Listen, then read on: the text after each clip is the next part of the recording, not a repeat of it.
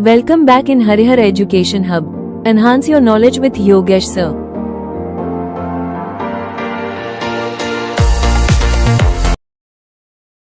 Hello everyone, welcome back in Harihar Education Hub. This is Yogesh Kumar Sharma. आज हम design of machine element के first unit के first chapter के second part में है, प्रॉब्लम आइडेंटिफिकेशन में. प्रॉब्लम आइडेंटिफिकेशन का हमने जो प्रीवियस वीडियो बनाया था उसमें हमने जो टॉपिक कंप्लीट कर लिए थे वो थे introduction, definition, main component and problem statement. इसके बारे में हमने ऑलरेडी चर्चा कर ली है. अगर आप लोगों ने ये वीडियो देख ली है then thank you very much. अगर नहीं देखी है तो एक बार आप उस वीडियो को देखें और समझें. आज हम कंप्लीट करेंगे ये टॉपिक, रेस्ट ऑफ टॉपिक हम कंप्लीट करेंगे. सबसे पहले हम स्पेसिफिकेशन के बारे में पढ़ेंगे, फिर टाइप्स पढ़ेंगे स्पेसिफिकेशंस के, फिर हम कंस्ट्रेंट के बारे में पढ़ेंगे, देन टाइप्स आ जाएंगे कंस्ट्रेंट्स की, और इंपोर्टेंस एंड कंक्लूजन ये लास्ट हमारा रहेगा. ठीक है. अब हम समझते हैं कि सबसे सेकंड पॉइंट हमारा आ रहा है. हमने पहला तो पढ़ लिया है. पहला कौन सा था? Problem statement. अब हमारा सेकंड है स्पेसिफिकेशन. स्पेसिफिकेशन में हम क्या क्या चीज समझते हैं स्पेसिफिकेशन से? उसकी विशिष्टताएं. विशिष्ट मतलब स्पेसिफिकेशन मीन कि उसकी क्या उसमें जरूरत चीजें हैं, उसकी स्पेसिफिकेशंस क्या हैं, उसमें विशेष चीजें क्या आ जाएंगी. So specification are the detailed technical requirements. उसमें डिटेल्ड टेक्निकल रिक्वायरमेंट्स होगी एंड परफॉर्मेंस क्राइटेरिया कि काम को कैसे कैसे किया जाएगा, ये सारी स्पेसिफिकेशन दी होगी. That a machine element must satisfy during its operation. जिसको अगर पूरा करते हैं तो मशीन जो है वो ऑपरेशन करते हुए अपने हर एक प्रोडक्ट को सेटिस्फाई कर पाएगी. आफ्टर डिफाइनिंग द प्रॉब्लम, देखो आफ्टर, अब बात आ रही है कि सबसे पहले हमारी कौन सी स्टेटमेंट थी? Problem statement. After defining the problem statement the next step is to clearly define the specification. कि जब आपने प्रॉब्लम स्टेटमेंट को डिफाइन कर दिया तो उससे अगला स्टेटमेंट जो होती है वो होती है स्पेसिफिकेशन, जिसको आप डिफाइन करते हो. Which act as a guideline of design calculation. वो क्या एक्ट करती है, उसका आधार क्या रहता है कि अगर हम इसको करते हैं तो एक गाइडलाइन बनती है, डायरेक्शन देती है. क्या डायरेक्शन देती है? डिजाइन कैलकुलेशन की, मटेरियल सिलेक्शन की एंड डायमेंशनिंग की. ये गाइडलाइंस होती हैं इनकी. Okay. Specification answer the question. जैसे कि हम एक यहां पे मैंने एक एग्जांपल बनाया है कि what exactly must the design achieve. कि ऐसा क्या करें एग्जैक्टली कि आपका डिजाइन जो है वो आपको हासिल हो जाए. क्योंकि विदाउट प्रॉपर स्पेसिफिकेशन, अगर आपके पास स्पेसिफिकेशन नहीं है, द डिजाइन में फेल परफॉर्मेंस, में फेल सेफ्टी एंड में फेल रिलायबल. उसमें विश्वसनीयता खत्म हो जाएगी, वो सुरक्षित भी नहीं रहेगा, उसकी परफॉर्मेंस भी अच्छी नहीं रहेगी अगर प्रॉपर स्पेसिफिकेशंस नहीं हुई तो. क्लियर. अब हम इसकी टाइप्स की बात कर लेते हैं. तो हमारे पास स्पेसिफिकेशंस के जो टाइप्स हैं वो कितनी तरह के हैं? 5 तरह के हैं. सबसे पहला है functional, then strength, operational, dimensional and reliability.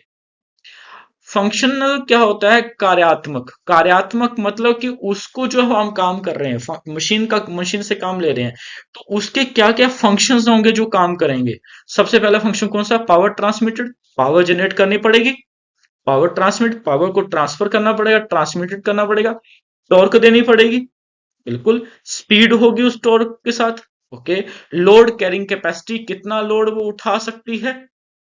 देखो, पावर ट्रांसमिट, कितनी पावर देनी है, कितनी टॉर्क देनी है, कितनी स्पीड देनी है, कितना लोड कैरी कर सकता है एंड वो कितनी एफिशिएंसी देगा. ये सब चीजें किसमें आएंगी? फंक्शनल में. सेकंड स्ट्रेंथ, मजबूती की बात हो रही है. मजबूती में मैक्सिमम एलोन स्ट्रेस, कितना झेल सकता है वो स्ट्रेस. फैक्टर ऑफ सेफ्टी कितना होगा उसका. यील्ड स्ट्रेंथ किस पॉइंट तक आएगा एंड अल्टीमेट स्ट्रेंथ जो है वो किस पॉइंट पे जाएगा आएगा. ये आप लोगों ने सोम में ऑलरेडी पढ़ा है. यील्ड स्ट्रेंथ क्या होता है, अल्टीमेट स्ट्रेंथ क्या होता है, कहां पे इलास्टिसिटी खींचना शुरू हो जाती है, जहां पे ब्रेक होना शुरू होती है उसको क्या बोलते हैं, सब आपने ऑलरेडी पढ़ा है. इसके बारे में अलग से वीडियो बना दूंगा. ऑपरेशनल होता है संचालन संबंधी. मतलब अब आपको उस पे काम लेना है तो क्या क्या चीजों कंपोनेंट की जरूरत है. टेम्परेचर रखना पड़ेगा उसका, सो टेम्परेचर रेंज, कितना रेंज रखें। इन्वायरमेंटल कंडीशन, आपको जो वो मशीन का जो इन्वायरमेंट है उसकी कंडीशंस क्या चाहिए। तीसरा, लुब्रिकेशन रिक्वायरमेंट, ठंडी रखनी पड़ेगी, तो लुब्रिकेशन किसका काम करेगा, कूलेंट का काम करेगा। नॉइस लिमिट, अगर आपकी मशीन में से ज्यादा आवाज आ रही है तो उसको आपको ठीक कराना चाहिए, तो नॉइस की लिमिट कितनी होनी चाहिए ये भी आप डिफाइन करेंगे। नेक्स्ट है डायमेंशनल। डायमेंशनल में हम डायमेंशंस देंगे, वर्क पीस का लेंथ क्या रहेगी, डायमीटर क्या रहेगा, थिकनेस क्या रहेगी, उसका वेट लिमिट क्या रहेगा। लास्ट में रिलेबिलिटी, विश्वसनीयता बना के रखनी है। सो एक्सपेक्टेड सर्विस लाइफ, आपका प्रोडक्ट जो बन रहा है वो उसकी सर्विस कितनी लाइफ तक है, वो कितने टाइम तक सरवाइव कर सकता है। मेंटेनेंस इंटरवल, आपकी मशीन जो है वो कितने टाइम के बाद मेंटेनेंस मांग रही है, आप कितने टाइम के बाद उसकी साइकिल बना चुके हो कि 6 महीने के बाद आपने मेंटेनेंस करनी है या साल के बाद मेंटेनेंस करनी है, तो मेंटेनेंस इंटरवल। लास्ट है फेलियर प्रोबेबिलिटी, उसके फेलियर होने के क्या क्या चांसेस हो सकते हैं। ये सारी चीजें क्या है, टाइप्स ऑफ स्पेसिफिकेशंस, 5 तरह के हैं। होप सो आपको ये सब समझ आ रहा है, बहुत इजी वे में मैंने आपको बना के दिया है कि आपको एक एक चीज समझ में आ जाए। नेक्स्ट हमारे पास है कंस्टेंट। कंस्टेंट होती हैं सीमाएं। सीमा मतलब आप एक बाउंड्री के अंदर किसी चीज को डिफाइन कर देते हो कि उसको इतनी लिमिट में ही काम करना है, उसकी लिमिटेशंस आप बना देते हैं, उसको बोलते हैं constraint. Constants are limitations of और रिस्ट्रिक्शंस, मतलब उसकी रिस्ट्रिक्शन है, उसकी लिमिटेशन, इतना ही काम कर सकता है, इससे बाहर आगे पीछे कुछ भी ना। So constant are the limitations or restrictions within which a machine element must be designed and manufactured। उसी दायरे के अंदर जो है मशीन एलिमेंट जो है वो डिजाइन की जा सकती है और मैन्युफैक्चर की जा सकती है। Even if A technical perfect design is possible, it must satisfy practical limitations such as, कौन क्या क्या हो सके, cost, कितनी लागत लगी, कितनी कॉस्ट लगेगी उस काम को करने के लिए। मटेरियल अवेलेबिलिटी, मटेरियल कहाँ से उपलब्ध होगा, आपको कहाँ से मिलेगा। नेक्स्ट है मैन्युफैक्चरिंग कैपेबिलिटीज। मैन्युफैक्चरिंग कैपेबिलिटी मतलब निर्माण करने की जो क्षमता है वो कितनी हो सकती है, कैसी हो सकती है। सेफ्टी स्टैंडर्ड, सुरक्षा मानक, बिल्कुल उसके सेफ्टी प्रिकॉशंस क्या है। एंड समय सीमा क्या है, कितने टाइम तक काम हो जाएगा। सो ये जो आपके स्टेप्स आए ये क्या है, बाउंड्री हैं, लिमिटेशंस हैं, किसके लिए, कंस्ट्रेंट के लिए। तो ये लिखा 10 constraints define the boundaries of design, boundaries of design, that is constraint. अब टाइप्स ऑफ कंस्ट्रेंट क्या है, सीमाओं के प्रकार क्या हो सकते हैं, टाइप्स क्या हो सकते हैं। सबसे पहले 5 तरह के हैं ये भी। Economic constraint, next material constraint, manufacturing constraint, safety constraint and time constraint. बहुत इजी है। इकोनॉमिक कंस्टेंट की बात करें तो इकोनॉमिक मतलब बजट की बात, समय की बात, टाइम, उसके पैसों की बात होगी। सो बजट लिमिटेशंस, कितने पैसे में काम हो जाएगा। प्रोडक्शन कॉस्ट, प्रोडक्शन करेंगे उसकी कॉस्टेज क्या बनेगी। मेंटेनेंस कॉस्ट क्या होगी, आपको मेंटेनेंस भी तो करवानी है मशीन की, उसकी कॉस्ट क्या है। ऑपरेटिंग की कॉस्ट क्या है, काम जो कर रहे हैं ऑपरेटर ऑपरेटिंग कर रहा है उसकी कॉस्ट क्या बन रही है। सो ये सब चीजें आती है इकोनॉमिक कंस्टेंट में। मटेरियल कंस्टेंट में क्या आता है, availability of material, availability of material, availability of material कि मटेरियल कितना यूज हो रहा है, कितना यूज होगा, ये सब चीजें मटेरियल कंस्टेंट में। दूसरा स्टैंडर्ड साइज, उस पार्ट का स्टैंडर्ड साइज कितना रहेगा। 100 लेंथ का जो है 100 मीटर लेंथ है या mm में है या सेंटीमीटर में है, या उतना आपको पार्ट चाहिए या उससे कम चाहिए, ये आपको पहले स्टैंडर्ड साइज बताना पड़ेगा।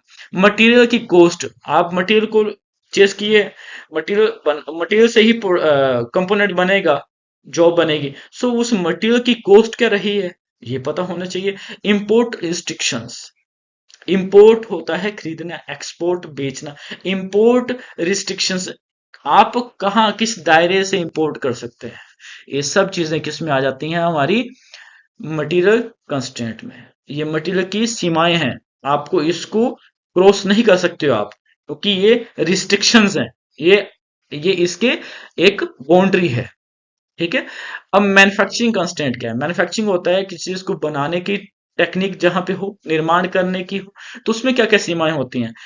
अवेलेबल मशीन्स, बहुत सारी मशीन्स अवेल होंगी वहां पे, बट आप किस मशीन पे काम करेंगे, मैन्युफैक्चरिंग का स्टैंडर्ड ये तो नहीं कहीं भी कंपोनेंट लगा दो किसी मशीन पे भी। सो अवेलेबल मशीन्स। दूसरा, क्या जिस मशीन में काम करना है क्या उस वो मशीन अवेलेबल है, अगर नहीं है तो आपको वो अरेंज करनी पड़ेगी काम करने से पहले। Okay. Production process capability, production की जो प्रोसेस कैपेबिलिटी है वो आपको पता होनी चाहिए कि काम आप कैसे कैसे करो, उसकी कैपेबिलिटीज क्या बनेगी, टॉलरेंसेस कितनी देनी है काम में। ऐसा तो नहीं हो सकता, ऐसा 0% होता है चांसेस कि आप किसी काम को करो और वो काम रिपीटेबिलिटी में एक जैसा होता रहे, उसमें थोड़ा बहुत टॉलरेंस देना पड़ता है। वो जो टॉलरेंस देना पड़ता है वो भी उतने में देना पड़ता है जो एक्सेप्टेबल हो।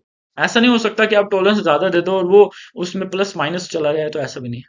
टॉलरेंस मतलब एक लिमिट, लिमिट के अंदर की चीज। सरफेस फिनिश लिमिट, उसके ऊपर कितना आपको मुलायम बना के रखना है। सरफेस